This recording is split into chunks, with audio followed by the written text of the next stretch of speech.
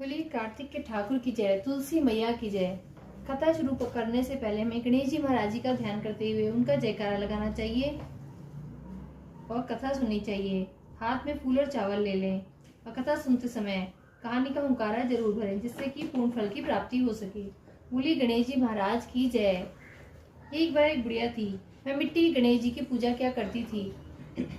रोज बनाती थी, रोज गल जाते थे। एक दिन बुढ़िया ने देखा कि एक सेठ का मकान बन रहा है। वह मिस्त्री के पास गई और बोली, भैया मेरा पत्थर का गणेश कर दो। मिस्त्री बोला कि जब तक हम तुम्हारा पत्थर का गणेश करेंगे जब तक पूरी दीवार सिल लेंगे। बुढ़िया बोली कि राम करे तुम्हारी दीवार टेढ़ी हो जाए। ऐसे कह के बुढ़िया चली गई। शाम को सेठ आया तो उसने पूछा कि आज कुछ भी काम नहीं किया। तो मिस्त्री बोला कि एक बुढ़िया आई थी, कह रही थी मेरा पत्थर का गणेश कर दो। हमने नहीं करा तो कह गई तुम्हारी दीवार टेढ़ी हो जाए। तब से दीवार टेढ़ी हो जाती है, ढानी पड़ती है। सेठ ने बुढ़िया को बुलवाकर कहा कि हम तुम्हारे सोने के गणेश जी करवा देंगे, तुम हमारी दीवार सीधी करा दो। सेठ ने बुढ़िया को सोने के गणेश जी करवा दिए। उसकी दीवार सीधी हो गई। जैसे सेठ के पीड़े काम सीधे करे, ऐसे हम सबके करना, कहते सुनते हुंकारा भरने वालों की करना। बोलिए गणेश जी महाराज की जय। कार्तिक महात्म 26वां अध्याय। नारद जी कहते हैं कि इस प्रकार विष्णु पार्षदों के वचन सुनकर धर्मदत्त को बड़ा आश्चर्य हुआ। वे उन्हें साष्टांग प्रणाम करके बोले कि प्राय सभी लोग भक्तों का कष्ट दूर करने वाले श्री विष्णु के यज्ञ, दान, व्रत, तीर्थ सेवन और तपस्याओं के द्वारा विधि पूर्वक आराधना करते हैं।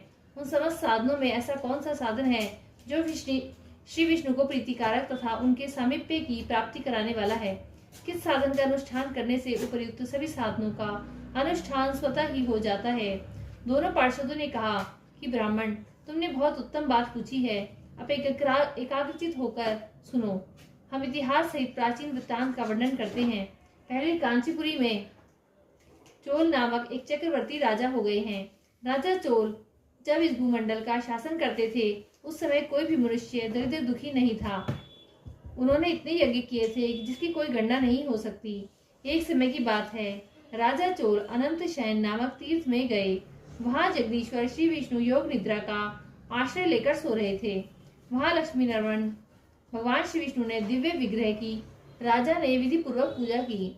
मणि, मोती तथा स्वर्ण के बने हुए सुंदर फूलों से पूजन किया और उन्होंने भगवान को साष्टांग प्रणाम किया। प्रणाम करके वे जो ही उठे उसी समय उनकी दृष्टि भगवान के पास आते हुए एक ब्राह्मण पर पड़ी जो उन्हीं की कांची नगरी के निवासी थे। उनका नाम विष्णुदास था। वे भगवान की पूजा के लिए अपने हाथ में तुलसी दल और जल लिए हुए थे।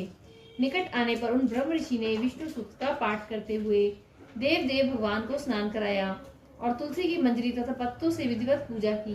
राजा चोल ने जो पहले से रत्नों के भगवान की